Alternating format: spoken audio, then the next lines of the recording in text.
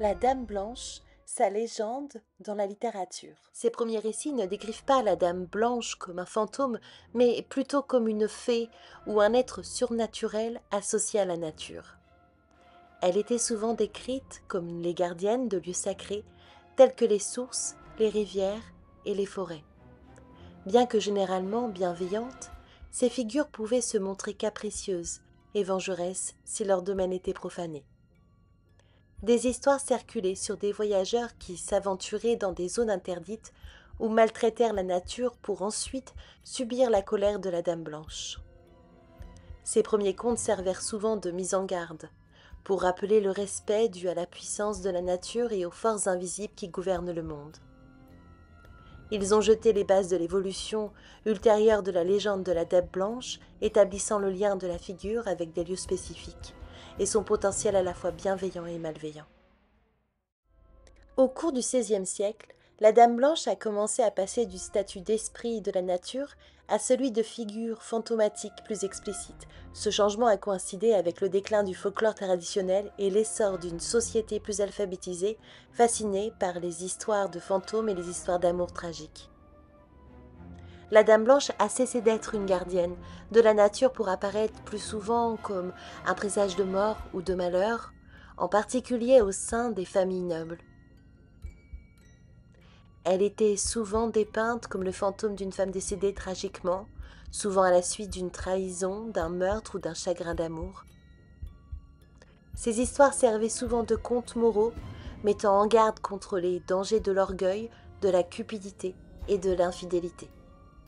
La Dame Blanche, autrefois symbole de la puissance de la nature, est devenue le spectre des angoisses sociétales et des conséquences des transgressions aux normes sociales.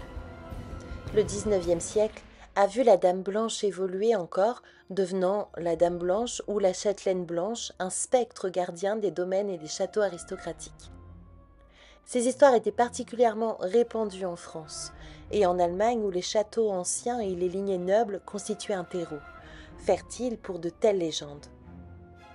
La Dame Blanche était généralement le fantôme d'une femme noble qui avait connu un destin tragique entre les murs du château. Elle avait pu être trahie par un amant, assassinée par une rivale jalouse ou emmurée vivante dans les cachots du château. Ces légendes servaient souvent à renforcer la mystique et le poids historique de ces grands domaines.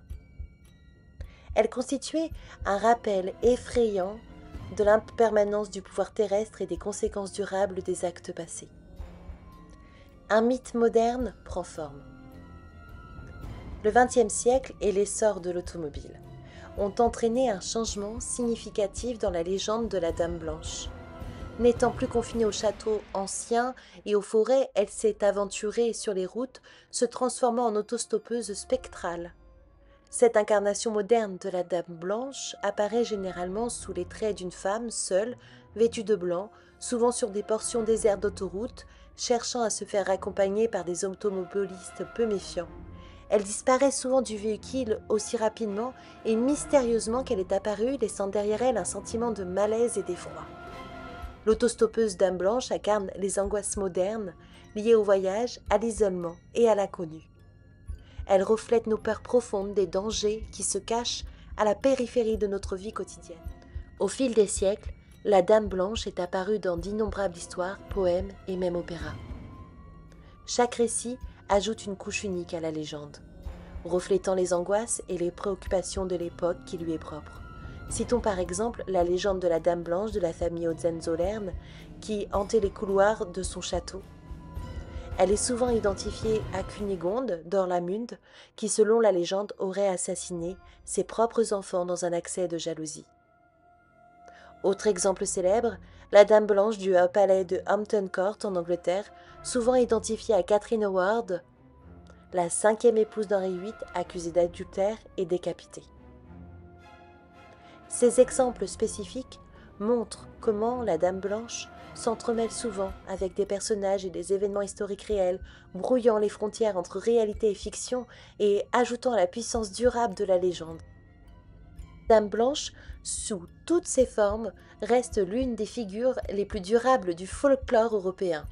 Des forêts médiévales aux autoroutes modernes, elle incarne nos peurs et nos fascinations les plus profondes, pour le surnaturel, la mort et l'étrange. Sa capacité à s'adapter aux paysages sociaux changeants, passant du statut de gardienne de la nature à celui d'autostoppeuse spectrale, témoigne du pouvoir du folklore à refléter et à traiter notre compréhension évolutive du monde. La Dame Blanche continue de hanter notre imaginaire collectif, nous rappelant que certaines histoires transcendent le temps et l'espace, exerçant une emprise intemporelle sur la psyché humaine.